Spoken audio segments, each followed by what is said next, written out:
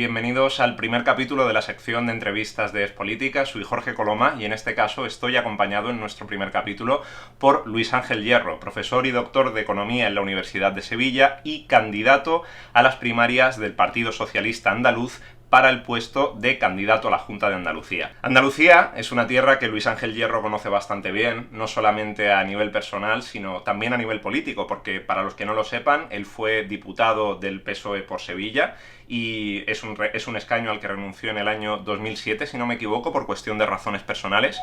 Y además de eso, también fue candidato a nada más y nada menos que a la Secretaría General del PSOE en el año 2011 contra una leyenda de la política, como lo fue Alfredo Pérez Rubalcaba.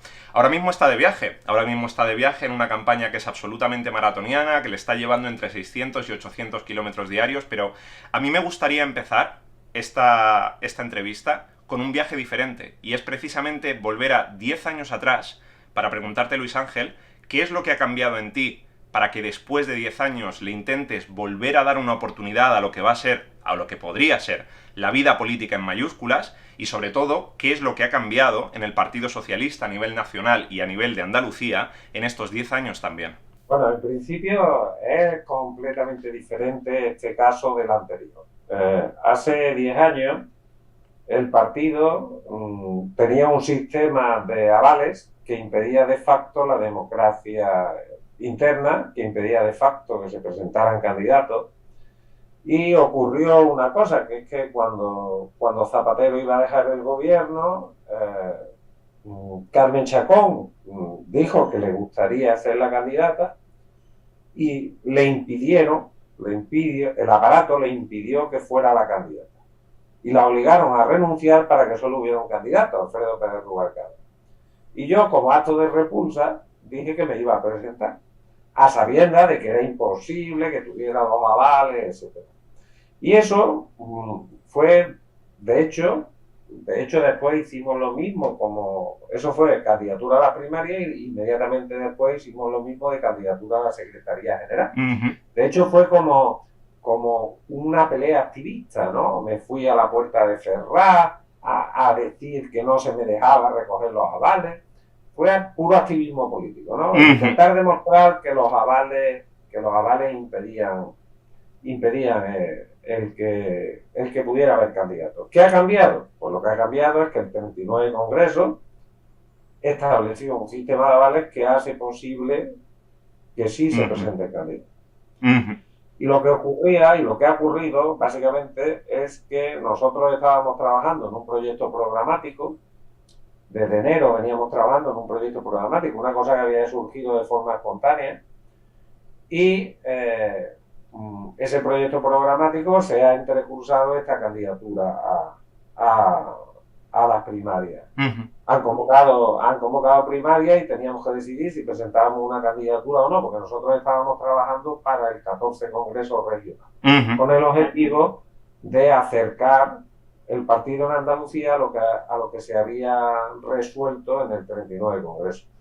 Y bueno, pues decidimos que sí, y ya está, y aquí estoy. ¿Y por qué estoy aquí? Pues básicamente por la ilusión de las personas. Si se hubieran mantenido única y exclusivamente los dos candidatos que hay además de mí, que son prácticamente iguales, de hecho estaban juntos y no estaban con Pedro Sánchez en aquel 39 Congreso, pues muy probablemente hubiera habido mucha gente que se hubiera desanimado y que se hubiera desenganchado del partido y por supuesto no hubieran tenido una alternativa ideológica. Y nosotros pues lo que estamos aportando esa alternativa ideológica y yo creo que estamos cumpliendo una buena función. Es precisamente de lo que quería hablar a continuación, porque si este viaje empieza gracias a Andalucía Socialista, que es un movimiento que en su día apoyó la candidatura de Pedro Sánchez como secretario general, del Pedro Sánchez que ahora es presidente del gobierno de España, y que abogó por una transformación que viniese desde la base. Entonces, la pregunta que quiero hacerle es, ¿por qué este movimiento y por qué esta candidatura son los más indicados para proponerse la Junta y, por ende, y desde el respeto más absoluto, por qué en este momento no son tan idóneos las candidaturas de Susana Díaz y de Juan Espadas? Bueno, aquí hay una cuestión que es ideológica, ¿vale? Tanto Juan Espadas como Susana Díaz están más en el centro del partido. Son de corte social cristiano, Juan también tiene una poca influencia liberal, y y por tanto pues son representativos de un PSOE centrado. Un PSOE centrado que desde nuestro punto de vista no es eficaz cuando el electorado está polarizado. Si el electorado se concentra en el centro, los candidatos tienen que ser centrados, porque si te alejas, pierdes mucho voto a cambio del que ganas por los extremos, por el extremo.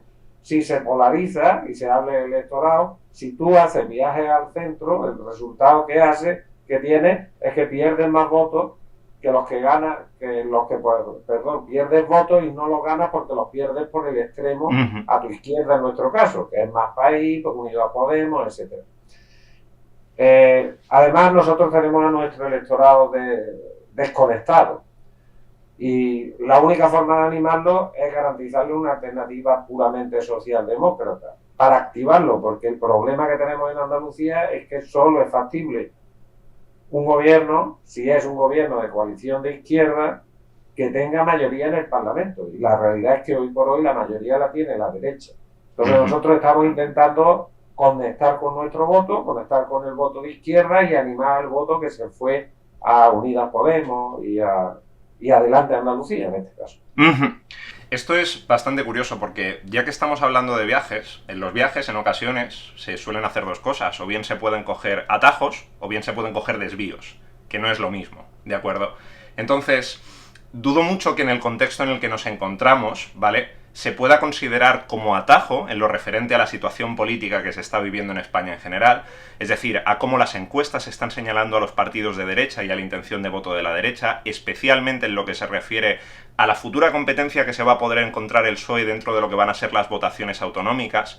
Dudo mucho que sea un atajo hablar de izquierda en mayúsculas, pero, sin embargo, parece que es su desvío. De hecho, hace poco dijo en una entrevista con el diario ABC que el viaje al centro del PSOE, que es precisamente de lo que estaba hablando en este momento, era una estupidez. Y ayer mismo, en el debate con Susana Díaz y con Juan Espadas, afirmó, entre otras muchas cosas, y esta es una afirmación que a mí me sorprendió mucho cuando la escuché, que hemos llegado al fin del neoliberalismo. Entonces, a mí me gustaría detallar un poco más su postura al respecto de ambas afirmaciones, aprovechando en este caso de cara a la segunda, el hecho de que es doctor en economía.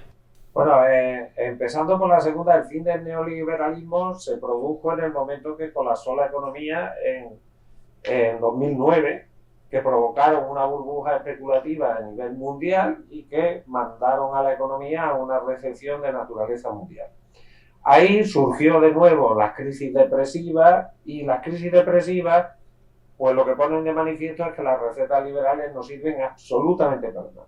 Porque las recetas liberales son crisis antiinflacionistas, que hoy por hoy no existe inflación a pesar de que se está comprando deuda de forma masiva, y lo que existen son presiones depresivas, ¿no? Hace poco he publicado un artículo en un libro referido precisamente a esto de los tipos de crisis. En economía los cambios de paradigma se producen muy lentamente. El cambio del paradigma keynesiano al neoliberal tardó prácticamente 20 años, entre otras cosas porque tienen que desaparecer los catedráticos que imparten las asignaturas, tienen que cambiar los referentes en los organismos internacionales, etcétera, etcétera. Nosotros estamos en el 10º año aproximadamente de ese cambio de 10 años, ¿vale? De 20 años, es decir, nosotros todavía nos queda, pero la realidad es que el neoliberalismo ha muerto. El neoliberalismo ha muerto desde el momento que el Banco Central se comporta como una institución que lo que hace es financiar el déficit público comprando deuda. El neoliberalismo ha muerto desde el momento que aparece el programa New Generation relativo al apoyo masivo a la demanda agregada. Ha muerto desde el momento que se suspenden las reglas de gasto y las reglas de limitación del déficit, etcétera. Es decir, el liberalismo vale para una economía en pleno empleo, pero no vale para una economía de corte depresivo. Y además, el capitalismo genera crisis depresiva. Por tanto, es un círculo que se cierra. El capitalismo genera crisis depresiva, el neoliberalismo político no sirve como solución y genera keynesianismo. Y entonces el neoliberalismo ha muerto y los neoliberales lo saben. Otra cosa es que se defiendan hasta el final, pero lo saben. Y eso abre una nueva perspectiva para la política socialdemócrata, porque abre una perspectiva en la que la socialdemocracia va a poder desarrollar su política habitual, que es una política de tipo de demanda, una política de gasto público. El G7 se ha puesto de acuerdo para elevar los tipos impositivos, el impuesto de sociedades. Es decir, todo va a favor de las políticas socialdemócratas. Y lo que digo es que hay que aprovechar eso, y hay que aprovecharlo en Andalucía en las próximas elecciones. De ahí el hecho de señalar que apuntar al centro bajo su punto de vista en este caso es una estupidez, puesto que hay que arriesgar un poco más a la izquierda de hasta donde entonces se ha estado trabajando en este tiempo en el PSOE. No solo eso, es que además la derecha tiene que aplicar políticas de izquierda. Es una incongruencia, por supuesto. Es la misma incongruencia que tuvo el socialismo cuando tuvo que aplicar políticas de derecha. Es decir, el resultado es que vamos a políticas de gasto. Estamos hablando de la época de Zapatero, de cuando empezaron a llegar órdenes de la Unión Europea, etcétera, etcétera. Ya que estamos... Y eso nos separó de nuestro electorado. Y hizo que pasáramos de estar eso entre el 38 y el 40 y algo % de votos a estar entre el 28 y el 30. Ya que estamos hablando de empleo, y ya con esto voy a pasar un poco más a preguntas más cortas enfocadas de cara a su programa y a su propuesta, ya que estamos hablando de empleo, este pasado 5 de mayo, el portavoz del Partido Socialista en el Parlamento de Andalucía, que es José Fiscal, ha situado el total de trabajadores parados en Andalucía en casi 985.000. Es decir, yo entiendo que dentro de esta cifra, obviamente, hay un gran porcentaje que va a venir condicionado directamente por la pandemia. Pero, sin embargo, creo que se podría afirmar que históricamente, al menos desde hace cuestión de unos 40 o 50 años, existe un enorme problema de desempleo de clase estructural dentro de Andalucía. Entonces, me gustaría preguntarle, en el hipotético de que verdaderamente lograse ganar estas primarias y se pudiera presentar como candidato a la Junta, ¿cuál podría ser la solución que ofrecería a usted de cara a esta circunstancia? Bueno, primero, el desempleo estructural no es una característica idiosincrática de Andalucía única y exclusivamente, sino que es de toda España. Ese desempleo estructural proviene de muchos factores, ¿no? Los liberales lo intentaron atribuir a la estructura del mercado de trabajo, han hecho todas las flexibilizaciones que han querido hacer y el resultado es que no ha variado sustancialmente.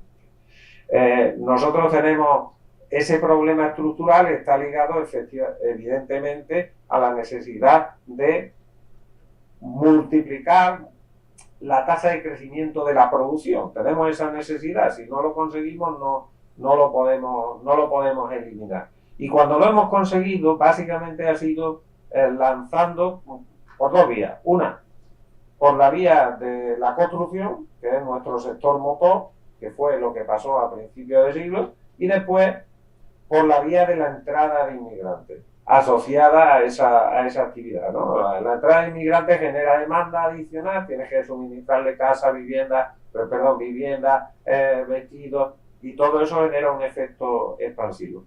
Yo entiendo que yo no tengo la solución ni tengo la varita mágica, pero sí sé que es perfectamente factible dinamizar la economía andaluza territorialmente.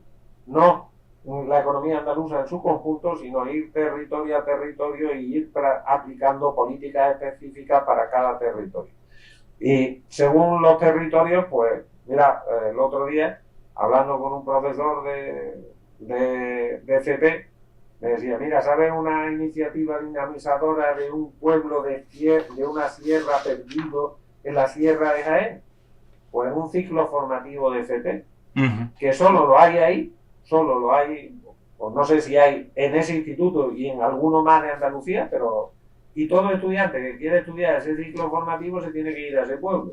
Y si tiene que ir a ese pueblo, tiene que alquilar una vivienda, tiene que realizar gastos. Es decir, la educación pública está sirviendo como motor de desarrollo local. En cada sitio puede ser una cosa distinta, pero hay que fijarlo al territorio y hay que aclarar en cada territorio cuál es su potencialidad. Yo creo que podemos mejorar. No tengo la varita mágica, no soy un iluso al respecto, por supuesto. Está bien, es perfecto dar respuestas honestas respecto a estos temas. Ha mencionado la educación y la educación era otro de los factores que quería tratar durante esta entrevista, porque de la misma forma, aunque no directamente relacionado con el tema económico, pero Andalucía ha estado suspendiendo, es decir, casi prácticamente a la cola, del informe PISA desde el año 2009, y hay un montón de informes paralelos que lo que están señalando es que hay una serie de graves deficiencias en lo que se refiere a la igualdad educativa. Entonces, de nuevo, le quería preguntar qué clase de problemas y qué clase de potenciales soluciones, en caso de que las encuentra usted en lo referente a la educación específicamente en Andalucía. Hombre, primero, el informe PISA, los datos del informe PISA son los datos de una prueba, ¿vale? Esa prueba tienes que corregirla. Para hacer comparaciones territoriales, esa prueba hay que corregirla. ¿Por qué? Porque un factor que es fundamental para el rendimiento académico es el nivel de renta. Me explico.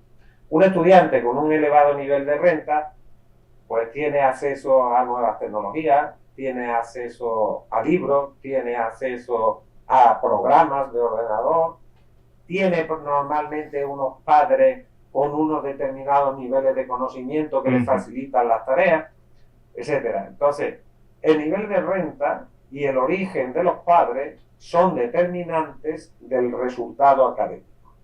Luego, si tú quieres hacer la comparación bien del informe PISA, tú tienes que corregir los resultados del informe PISA con el efecto de esas variables. Cuando se corrige con el efecto de esas variables, la diferencia se reduce, ¿vale? Después también ocurre lo siguiente.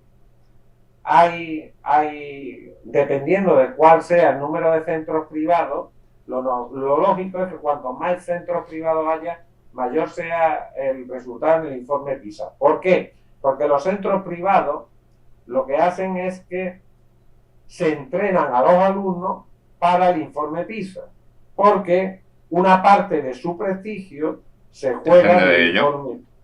Por lo tanto, si tú entrenas a los estudiantes para el informe PISA, el resultado debe darte que salga superior. Es decir, teniendo en cuenta todos esos factores, las diferencias se reducen sustancialmente, pero eso no significa que no haya problemas. Y evidentemente los hay. Evidentemente podemos tener problemas en barrios marginales, nosotros tenemos barrios que son muy pobres, los podemos tener. Pero desde luego ni las otras comunidades están para tirar cohetes, ni nosotros estamos para... Evidentemente, el principio básico de la enseñanza para mí es reducir la ratio de profesor-alumno para poder personalizar la educación, mejorar los sistemas de becas para poder generar igualdad en los medios y pues conseguir una educación integrada, en la que no haya separaciones de estudiantes en función a sus niveles de renta y a su nivel educativo. Creo que eso pues podría mejorar, pero desde luego si queremos mejorar lo único que tenemos que hacer es entrenar a nuestros estudiantes para hacer el examen. Los ponemos desde el primer día a hacer exámenes PISA y seguro que salen magníficamente. De acuerdo.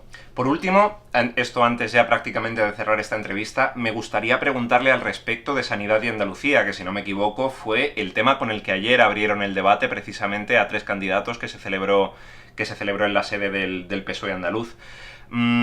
Hay una serie de datos aquí que son bastante curiosos a tener en cuenta. Creo que usted mencionó alguno de ellos ayer, pero sobre todo a mí el que más me llama la atención es que, teniendo en cuenta el nivel generacional de médicos que hay en Andalucía en correlación a la edad que tienen y a los porcentajes de antigüedad, es decir, hay un número de médicos muy mayores, ¿vale? En unos porcentajes bastante potentes. Leo aquí, por ejemplo, que cerca del 47% de 20.000 médicos y médicas andaluzas superan los 55 años, hay un 10% entre los 65 y los 69, otro 10% que tiene 70 años y más, y que se habla en definitiva de que en el futuro es probable que haya un déficit de médicos una vez estas generaciones empiecen a jubilarse, pero que más allá de eso, durante 2020, cerca de 1.000 médicos que estaban en Andalucía se marcharon de la región a otros lugares de España o incluso al extranjero.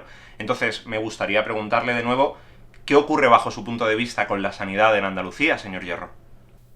Bueno, lo que ocurre con la sanidad en Andalucía es algo que viene ocurriendo desde hace mucho tiempo y que no se le ha puesto fin. Y es que generamos un sistema de empleo inestable y con contratos de baja calidad. No es exclusivo nuestro, también ocurre en Madrid, ocurre en otras comunidades autónomas, pero es cierto que se está haciendo eso.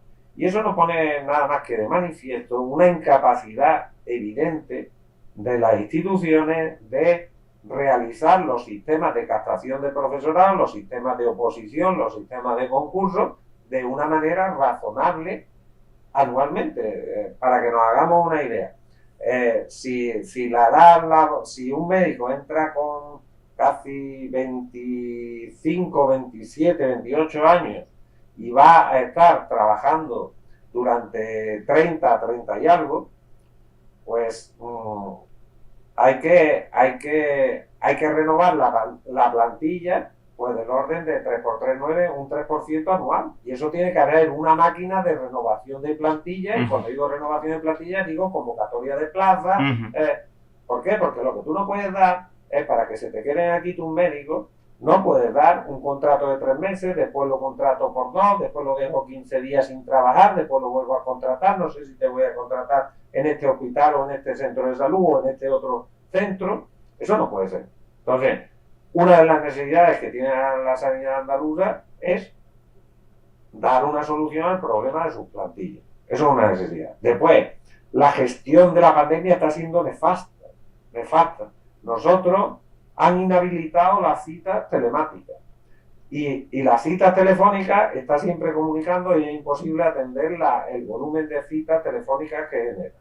Resultado, los enfermos tienen que ir al centro de salud a pedir citas y van físicamente, pero después el médico lo atiende telefónicamente después de que están vacunados desde hace 3 o 4 meses. Es decir, es un despropósito absoluto. En este caso, mi pensamiento es que es intencionado. Es decir, que quieren hacer ver que la sanidad pública está deteriorada, cosa que en realidad es simplemente un defecto de gestión manifiesto del gobierno del PP.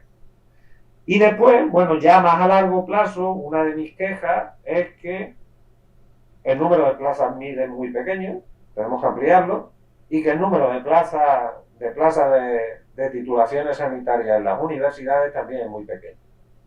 No puede ser que una persona un niño con un 13,1 no pueda estudiar una carrera de medicina, no puede ser.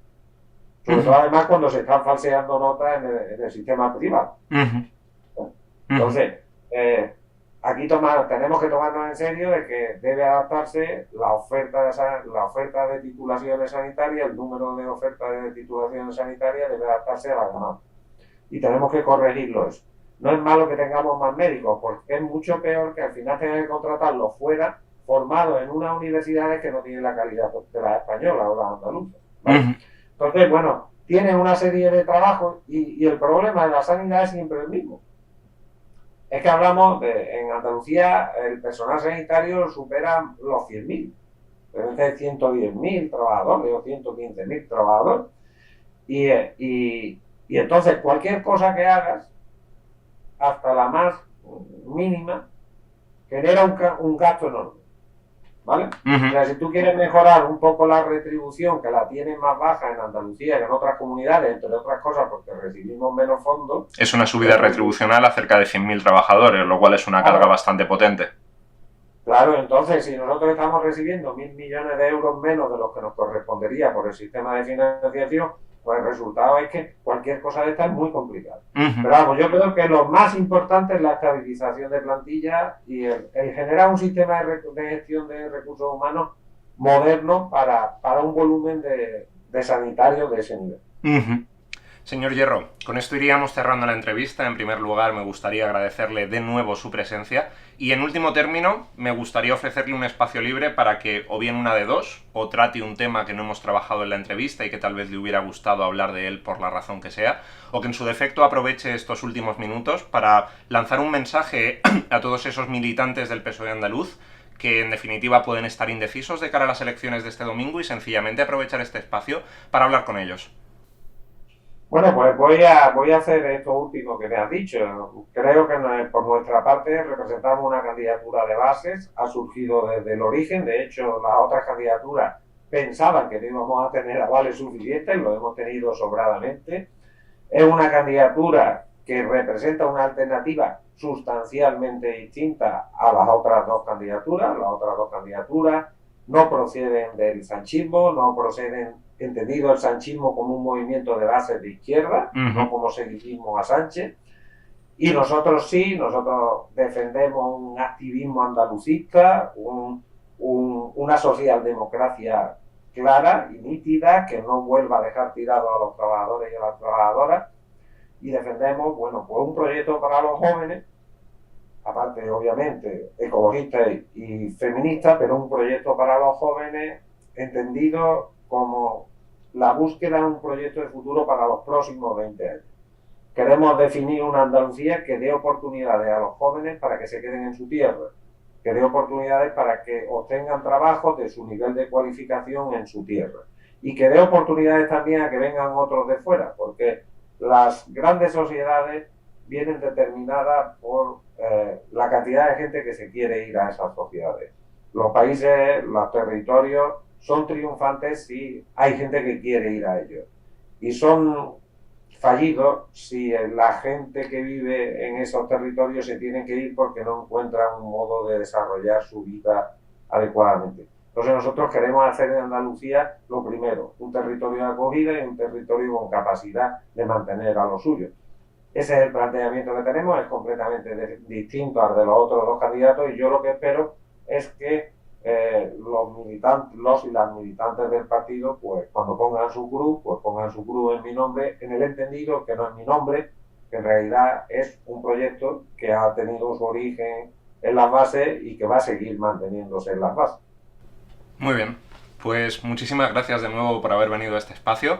Y nada, sencillamente desearle pues muchísima suerte este domingo, que pase lo que tenga que pasar, y de nuevo muchísimas gracias por haber estado aquí. Gracias a ti, sigue con este trabajo que es difícil en el sentido de que la gente preste atención a la política a un determinado nivel. Pero bueno, hay que intentarlo. Lo intentaremos. Igual que nosotros tenemos que intentar la candidatura, me parece magnífica tu iniciativa y tu canal. Y bueno, pues lo seguiremos. Nada, hasta luego. Me marcho a Jerez. A disfrutar del viaje.